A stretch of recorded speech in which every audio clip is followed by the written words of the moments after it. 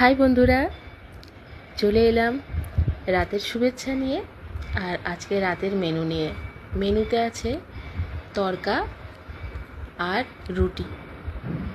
তো তড়কা বানাতে একটু সময় লাগে আর অনেকগুলো উপকরণ, তো আমি সব জোগাড় করে নিয়েছি। দেখো, চিকেন ছিল ফ্রিজে, তো কেটে বের করে ছোট্ট ছোট করে কেটেছি। এর থেকেও ছোট পারছিলাম না, কারণ অনেকটা সময় লাগছে। আরও ছোট করলে ভালোই লাগে, তবে একটু মোটা মোটা হয়ে গেছে। আর দেখো, তরকার ডাল সেদ্ধ করে নিয়েছি, বিকালে ভিজিয়ে রেখেছিলাম। বেশ অনেকটা তরকা হবে, আন্দাজটা বুঝতে পারিনি, ডাল অনেকটা নিয়ে ফেলেছি। তো যাই হোক, পরের দিন সকালবেলা আবার রুটি করলে হয়ে যাবে। তো বন্ধুরা, আমি কিন্তু ফোড়নে তেজপাতা দিলাম আর পেঁয়াজ দিলাম, আর এক এক করে সব উপকরণ দেবো। রসুন দেব, আদা দেব, কাঁচা লঙ্কা দেব, এইভাবে এক এক করে সব দেবো। আর যদি টমেটো থাকতো এর মধ্যেই দিয়ে দিতাম এক এক করে।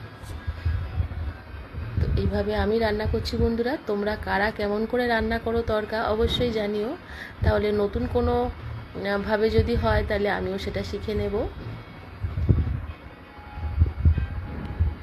আর চিকেনটা কিছু মাখিয়ে রাখিনি, একেবারে দিয়ে দিলাম তেলের মধ্যে, একটু ভাজা ভাজা করে নেব। আর তার মধ্যেই মশলা দিয়ে একেবারে কষিয়ে নেব যাতে সেদ্ধ হয়ে যায়।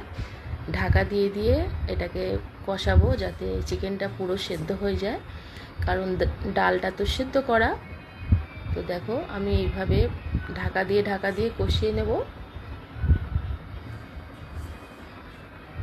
আর আগেই আমি 2-3টে ডিম ভাজা করে রেখে দিয়েছি, পুরো ঝুরি ঝুরি ভাজা।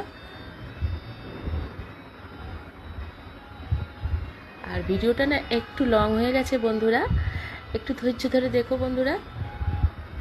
দেখো কি সুন্দর, ঢাকা খোলার পরে বেশ গন্ধটা দারুণ বেরোচ্ছে। গন্ধটা যদি কসুরি মেথি দিতাম তো খুব ভালো লাগতো, কিন্তু আমার বাড়িতে আবার চলে না ওটা সব খাবারে, কিন্তু আমার ভীষণ ভালো লাগে।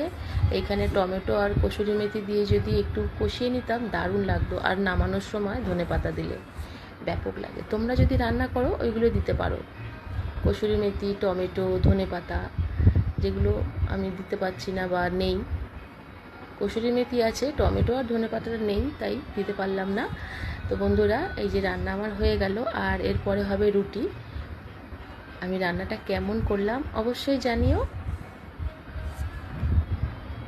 কালারটা তো বেশ ভালো লাগছে আর গন্ধটা খুবই সুন্দর লাগছে। আর চিকেন পুরো সেদ্ধ হয়ে গেছে, ডালটা একটু বেশি সেদ্ধ হয়ে গেছে। ছোট মেয়েকে দিয়ে টেস্ট করাবো, তাই জন্য বাটিতে দিলাম।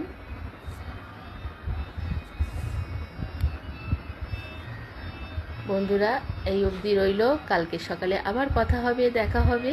ততক্ষণের জন্য টাটা, সবাই খুব ভালো থেকো, শুভরাত্রি।